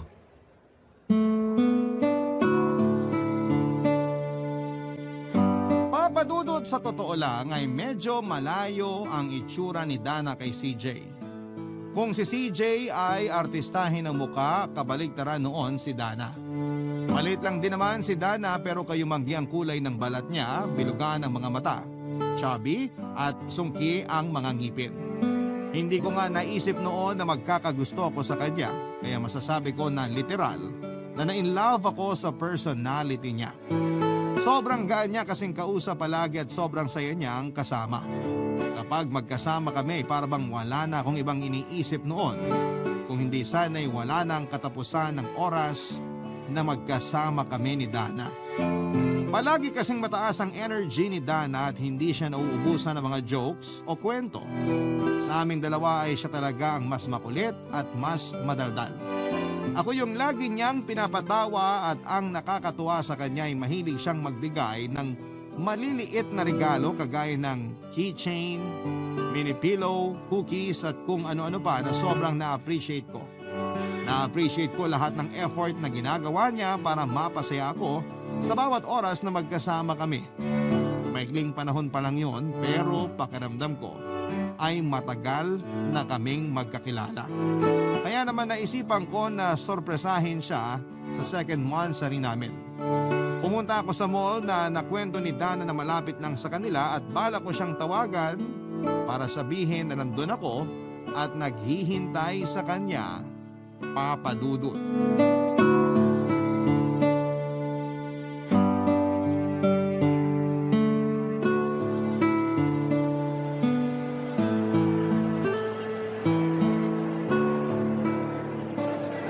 laki pala nitong mall na sinasabi ni Dana na malapit lang sa bahay nila. Saan ba dito yung food court?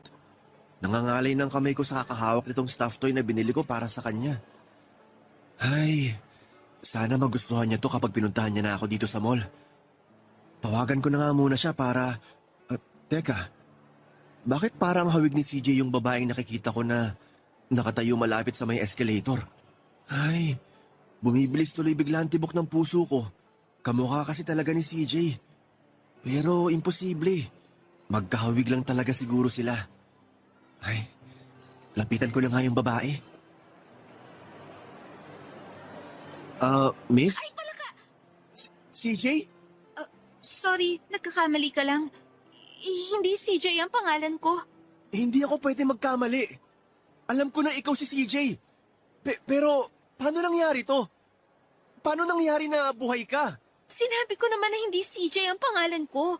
Baka kamukha ko lang ang tinutukoy mo, pero hindi talaga ako CJ, yung... sorry, medyo natagalan ako. Ang haba kasi ng pila sa... Iboy?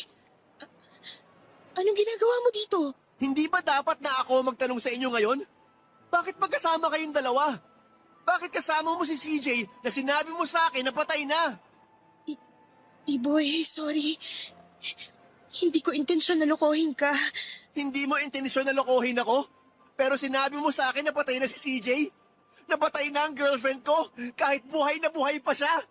Hindi talaga ako ang girlfriend mo, Iboy. Ano? Anong sabi mo, CJ? Hindi ako ang girlfriend mo. Si Dana yun. Paano hindi ikaw? Ikaw, CJ, yung babaeng nakilala ko sa internet. Ikaw ang palagi kong kachat nung una, hanggang sa maging textmate na tayong dalawa.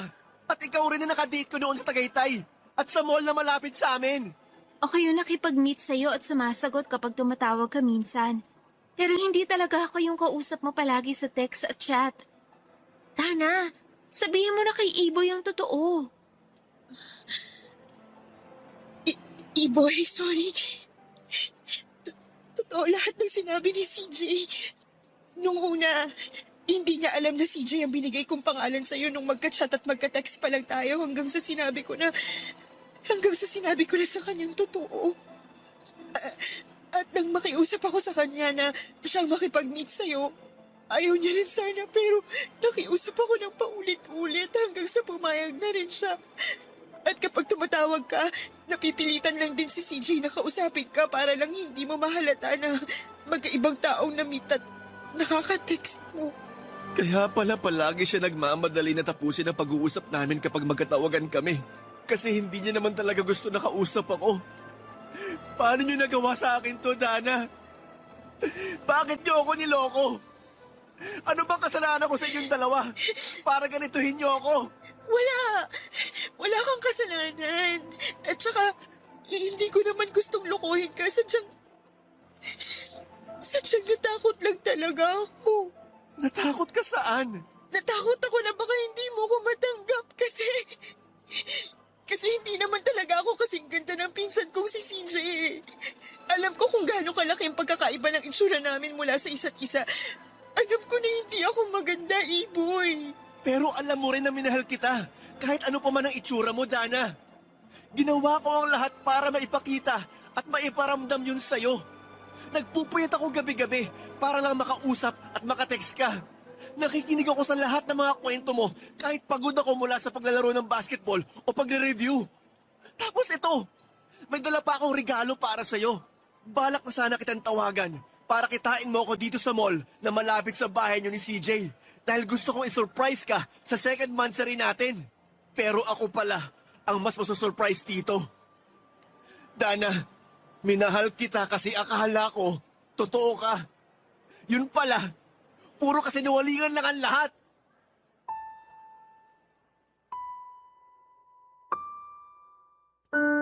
Papa Dudut, hindi ako makapaniwala noon nang makita ko si CJ. Bumilis ang tibok ng puso ko at hindi ko maintindihan kung maiiyak ba ako o kikilabutan. Kahit na 2 beses ko pa lamang na nakita at nakasama si CJ ay sigurado na kaagad ako na siya yung nakita ko sa mall. Kaya nga hindi ko na napigilan ang sarili ko na lapitan at tanungin siya noon para lang mapatunayan ko na hindi ako nananaginip ng mga oras na yon. At nang malapitan ko nga siya, nagpigil na talaga ako ng mga luha noon. Kaya nga lang papadudot kaagad na nawala ang kirot na nararamdaman ko sa dibdib ko sa biglang paglapit ni Dana.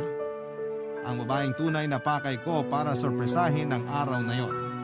Yung babaeng naging tulay para tuluyan ko na sanang makalimutan noon si CJ na inakala kong patay na. Hindi talaga ako makapaniwala sa mga nalaman ko noon. Biglang ang dami kong bagay na naalala at na-realize ng mga oras na yon. Kaya pala ibang personality ni CJ na nakaka-chat at text ko sa CJ na nakakasama ko noon sa mall at nakakausap minsan kapag tumatawag ako. Dahil hindi talaga si CJ ang nakaka-text at ka-chat ko. Kaya rin pakiramdam ko ay parang matagal ko nang kilala si Dana dahil siya talagang nakakausap ko noong umpisa pa lamang. Nanikip talaga ang dibdib ko noon at parang gusto ko nang saktan ang sarili ko para lang mabawasan ang bigat na nararamdaman ko ng mga oras na yon. Gusto kong magwala at ihagis ang mga bagay na nakikita ko sa paligid ko. Pero pinigilan ko ang sarili ko dahil ayokong gumawa ng nakakahiyang eksena. Binitawan ko na lamang ang stuffed toy at binili ko para sa taong nagparamdam sa akin noon kung gaano kasaya ang buhay. Para sa babaeng akala ko ay seryoso sa pagmamahal niya sa akin at sa relasyon naming dalawa. Hindi na ako sigurado kung sineseryoso o minahal ba talaga ako ni Dana kasi pagkatapos ng araw na yon ay sinira ko na ang SIM card ko at pinalitan ko na rin ang email address ko sa website kung saan ko nakilala ang dalawang tao na nanloko sa akin. Noong oras na yon, Papa Dudut, mas nangibabaw talaga ang inis na nararamdaman ko. Dahil pakiramdam ko nga, niloko ako pareho nina CJ at Dana. Pagkalipas nga ng ilang linggo at buwan ay unti-unti kong naintindihan ang paliwanag doon ni Dana na sadyang natakot lamang siya na baka hindi ako magkagusto sa kanya. Kagaya ng nabanggit ko kanina ay malayo po ang itsura nila sa isa't isa ni CJ pero minahal ko rin naman noon si Dana dahil sa personality niya. Minahal ko siya kasi naramdaman ko mula sa kanya yung pagmamahal na hindi ko maramdaman mula sa bahay namin. Pero mas pinili ko na lamang din na kalimutan ang lahat para sa sarili kong peace of mind. Papadudot ngayon na may asawa at anak na ako ay natatawa na lamang ako kapag naaalala ko ang parte ng nakaraan ko. Natatawa ako kung paano ko iniyakan si CJ at Dana kahit parang naging laro lamang sa kanila ang feelings ko. Pero dati pa yon, noong panahon na medyo bata-bata pa talaga ako. Ngayon kasi wala na akong inis o kirot na nararamdaman dito sa dibdib ko nang dahil sa naging relasyon namin. Kasi nga siguro sa tagal na rin ang mga nangyaring yon. Tuluyan na ako nakapag-move on sa lahat ng ginawa nila sa akin. Wala na rin akong naging balita pa kina CJ at Dana pero sigurado ako na sa oras na marinig nilang i-ere itong sulat ko ngayong tanghali ay maaalala nila ang kwento naming tatlo kung saan ko sila nakilala.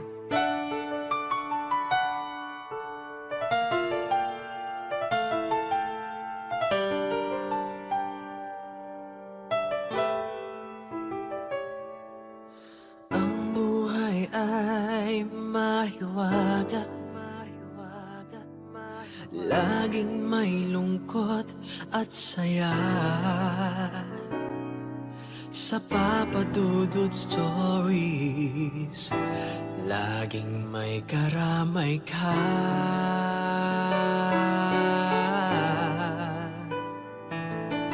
Mga problemang kaibigan,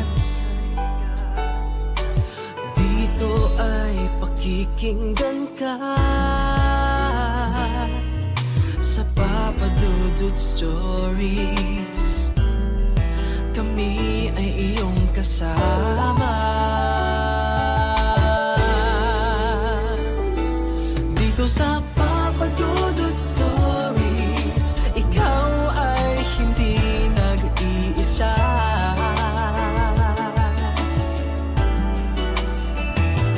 Dito sa Papa Dudut